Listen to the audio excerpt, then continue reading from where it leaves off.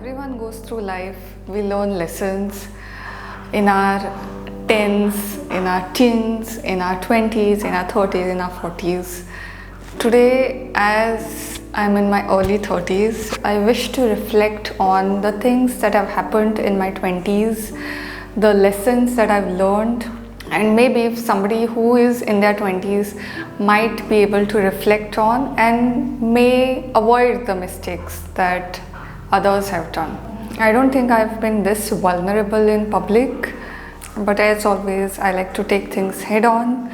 And let's begin with the video. Mostly I've seen two kinds of people, okay, if you categorize it broadly. One who don't care about anything and one who care about everything. Then there is middle who are kind of balanced, okay. So I fall in this kind of extreme where I used to take everything so seriously, to the point that it used to cause me anxiety, it used to give me headaches, it used to mess up with my digestion, and these were all the things that I struggled with in my 20s. Now when I think of it, I realize that I put too many people at the pedestal. I gave too many situations and importance which they didn't deserve. Okay, situations, people and things which they didn't deserve importance. And I realized we take life too seriously. Somebody says something, we pricks our heart. Somebody says anything, it really messes our day. The moment you start realizing this, that is where the healing begins. Okay. You need not completely reverse this situation, but the moment you realize that you are giving too much importance to other people, way beyond their level, way beyond your level. Okay. Never give a person so much importance that they try to mess with your sanity only. In whatever position they are in whatever financial status they are in whatever educational status they are in. All my life I've been pretty organized.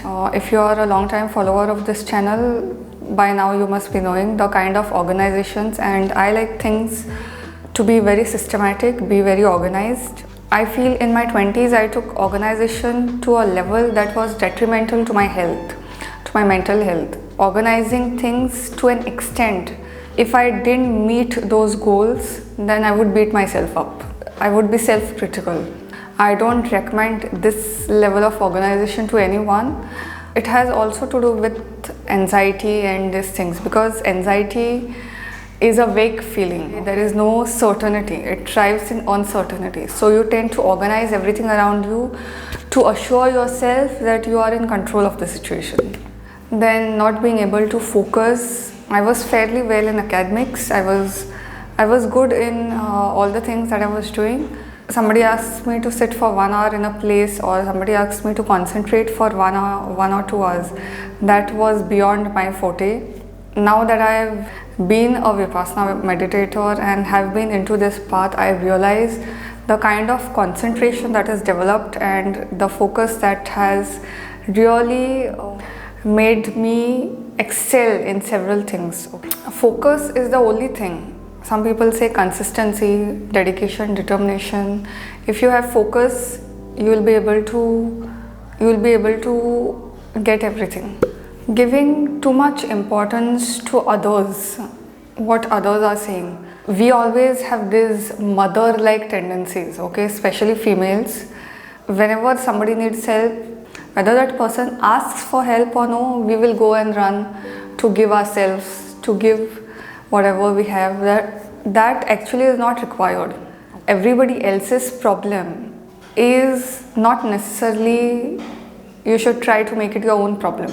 What everyone says, it is not necessary to adhere to everything to what others say. If there is one thing that in 20s you need to know, is financial literacy above everything. It takes a real toll on mental health when you mess up with your finances. I sometimes, when I was working as lecturer, I realized I used to get my salary on first, and within 7 days it was over. So that was the level of financial mismanagement that I had at that time. And thankfully now that I have changed my habits, it has come to a very comfortable point where I can save, where I can spend, but it was not like this. And it took a real exponential curve of learning to get to this point. When we speak of financial management, we always speak of investing and everything, but just being able to manage expenses and save, these two if you are in control of, then investment, everything, that will come automatically. There is no need for you to go around trying to find sources for investing. But if the basics are not good, if you are not able to spend well on things that you really need and not on impulses and on savings, then this really can take a toll on all your aspects. And I realized finances is one thing which will affect all the other different areas. We feel like personal finance is one area, mental health is one area, but if finances is not correct, then it will automatically impact your mental health. Through the course of life, we develop several grudges against some of our family members. We don't quit is trying to change them. Many of the times your relatives, your family, immediate family members won't be on your side and they'll be on the opposite troop. We will try our best to change them. There are several stages of consciousness. Maybe I'll do a video on this. If the person is at lower consciousness level and you are trying your best to get to that person above, it will never happen till that person has given consent.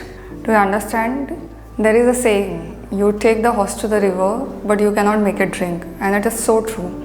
And we don't realize it is true till we get hit. It is not your responsibility to change your family. It is not your responsibility to change your friends. Why should you do all the work and they will be enjoying over there? You will be getting frustrated. You will be in tension. Why is it your responsibility? In 20s, I think one thing that I always tried to do was change people around me, which never worked, by the way, and now I have quit completely doing that. Few people's basic nature doesn't change. Whether you may think what they are doing is right or whether they are doing it wrong, basic nature doesn't change. The exterior superficial qualities may change. It is best to leave it and to actually segregate yourself from such a lot and be in company of people who are really positive, who are ambitious, who are uplifting. Being self-critical doesn't help. We always beat ourselves. I think I've made a whole video on self-sabotaging and everything. You can check my mindset playlist. One thing that characterized my 20s most was anxiety and self-critical nature, and now that I've stepped in my 30s, I'm trying to let go of these things and really accept who I am, what are my likes, what are my dislikes, and I wish I had done this earlier. I would have found peace a lot earlier. We always feel that we should like everyone should like us, but that doesn't happen. You may be 100% good, but there will be people out there who will not like you, who get triggered by opinion. Because I find this a lot around myself. People get triggered by opinion. People get triggered by the fact that you are speaking. Okay, it doesn't matter what you speak, whether it is right or wrong, but people get triggered. Earlier in my 20s, I used to always take it on myself that the problem is with me. I used to always discount such behaviors, but now I've started taking ownership of that. I encourage you to do so, to be okay with people not liking you, to be okay with you not liking certain people.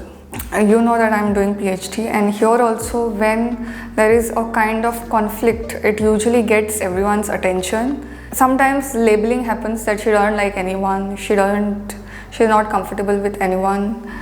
I feel now that at this stage it is okay and I don't even care about it. And I have actually cut off from people who keep pricking and who keep invalidating others. So these are some of the things that I wish to share that I knew earlier. I hope you have found some value. Let me know in the comments if there is any one thing that you wish you knew earlier in your 20s. Okay, and if you are in 20s, what have you learned from this? Let me know in the comments. Till the next time.